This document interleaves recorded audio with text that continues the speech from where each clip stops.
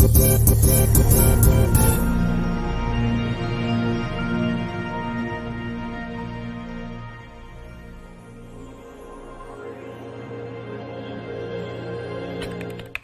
نهمین نسل از کنسول‌های بازی خوش اومدین. به طور رسمی با عرضه گسترده کنسول پلی استیشن 5 و کنسول‌های ایکس باکس، چه سری ایکس باشه چه سری اس، ما وارد نهمین نسل از کنسول‌های بازی شدیم و اگه شما کنسول PS4 یا حالا بقیه کنسول دارید، عملاً شدن کنسول‌های قدیمی. پلی استیشن 5 کنسولیه که سونی برای تک تک قسمتاش دوباره فکر کرده، بازطراحی انجام داده و عملاً میتونین یه انقلابی رو شاهد باشین. جعبه‌گشایی انجام دادیم و حالا میخوایم یه سری توضیحات کلی داشته باشیم و بعداً در مورد عملکردش و حالا اتفاقاتی که افتاده به صورت مفصل تو نقد و بررسی بهش میپردازیم. تا قبل از اینکه ادامه صحبتامو داشته باشم، اگه این ویدیو رو دارین از کانال یوتیوب زومیت میبینین، برای حمایت از ما خیلی خوشحال میشیم اگه کانال رو سابسکرایب بکنید و اون زنگوله رو بزنید تا از آخرین ویدیوی ما سریعتر با خبر بشید. یه نکته هم تا یادم نرفته بهتون بگم که PS5 و فروشگاه اپل استور آیتک در اختیار ما قرار داده. حتما به سایت و صفحه اینستاگرامشون یه سر بزنید. پلی استیشن 5 دو نسخه داره، نسخه استاندارد و نسخه دیسکورش که جعبه رنگ سفیده، همونجوری که ما جعبه گوشه‌ایشو انجام دادیم، اما نسخه دیجیتال رنگ جعبه مشکی رنگه.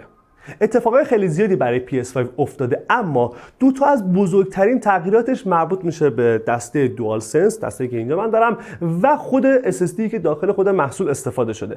در واقع همونجوری که دیدید از نظر ابعاد و از نظر وزنی یک کنسول سنگین وزن رو اینجا داریم که خب یه اندازه قابل توجهی داره، بزرگتر شده و ما به دو صورت میتونیم از کنسول استفاده بکنیم. یا میتونیم اون رو به صورت خوابیده کنار میز بذاریم یا حالا کنار مانیتورمون قرار بدیم، یا اون رو میتونیم به صورت ایستاده قرار بدیم. ترجیحاً استفاده از پایه‌ای که داخل خود جعبه قرار گرفته کاملا توصیه میشه، برای اینکه شما چه حالت خوابیده داشته باشید با توجه به طراحی دستگاه باید حتما از پایه استفاده بکنین و اگر هم بخواید حالت ایستاده استفاده بکنین، استفاده از پایه باعث میشه که جریان هوا بهتر باشه و کنسول دمای مناسبی داشته باشه. در کنسول همونجوری که بهتون اشاره کردم از SSD استفاده شده که به شدت روی لودینگ بازی‌ها تاثیر داشته و عملا شما هر بازی که می‌خواید شروع بکنین دیگه نیازی نیست خیلی وقت صرف بکنید و حالا وایسی تا لود فایل انجام بشه، خیلی سریع میتونید بازی‌ها رو بزنید و شروع بکنید. ما روی PS5 825 گیگ SSD داریم که 667 گیگ اون قابل استفاده است و میتونیم استفاده بکنیم و حالا بازی مختلف رو روش نصب بکنیم، چه دانلود داشته باشیم و کاری مختلفی دیگه که می‌خوایم انجام بدیم. اما یه نکته اینجا وجود داره.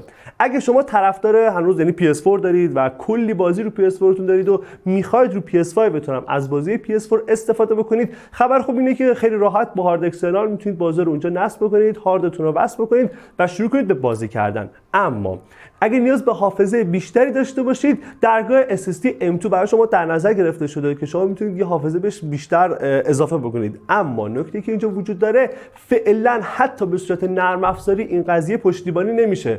یعنی اگه شما برید خودتون یه M2 وصل بکنید و امتحان بکنید، میبینید که بهتون یه اروری میده و عملا نمیتونید از PS5 استفاده بکنید و بعدها هم اگر خواستید از M2 استفاده بکنید، حتما از M2 هایی باید باشه که خود سونی تایید میکنه. به خاطر چی؟ دلیلش خیلی واضحه، به خاطر اون پهنای باند اطلاعاتی که PS5 برای اجرای بازی ها نیاز داره. اگه شما میخواین تجربه کاملی از PS5 داشته باشید، خب باید قوانینم رعایت کنید. روی جعبه PS5 سه تا واژه نوشته شده که سه تا واژه خیلی مهمیه. 8K رو اگر توضیح هم ندم خیلی براتون اتفاق نمیفته، به خاطر اینکه در واقع PS5 قرار محتوای 8K رو پخش بکنه و قرار نیست بازی 8K داشته باشه و محتوای 8K هم با توجه به تستایی که انجام شده فعلا امکان پذیر نیست. دوم، 4K 120 فریم. خب اتفاق خیلی هیجان انگیز اینجا داره میفته و عملا انقلاب نسل نهم همین اتفاقه. در واقع ما میتونیم خیلی از بازی‌ها رو حالت 4K داشته باشیم و البته 120 فریمش یه نکته داره که حالا بهتون اشاره میکنم.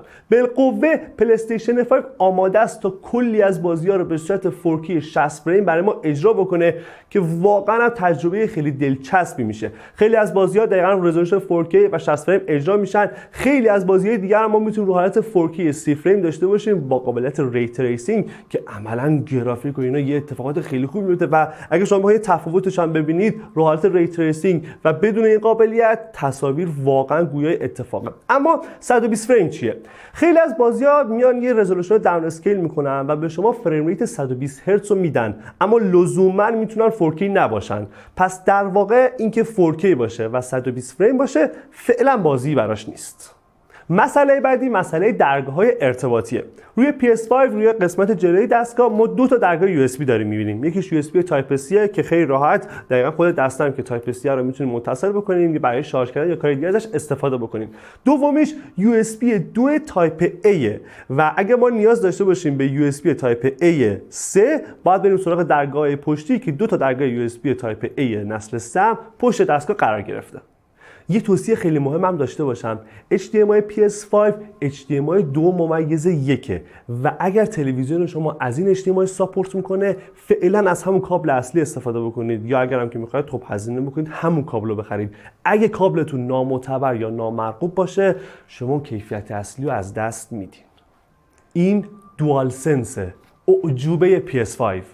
دوال شاک 4 رفت کنار و ما الان دوال سنس رو داریم و به معنای واقعی قرار شما همه چیز رو احساس بکنید و قرار غرق تو بازی ها بشین. شما وقتی که دارید از این کنسول استفاده میکنید بسته به شرایط چه محیطی چه جایی که دارید راه میرید و هر اتفاقی که بخواد بیفته یک سری به واسطه هپتیکی که داخل این کنترل استفاده شده لرزش‌های خاص رو احساس میکنید. یعنی فقط کافیه که هوا یکم بارونی بشه یا جایی که دارید ببینید یکم لیز باشه یا هر گونه اتفاق دیگه کاملا اون لرزش ها رو احساس میکنید و این یک تجربه واقعا لذت بخشه.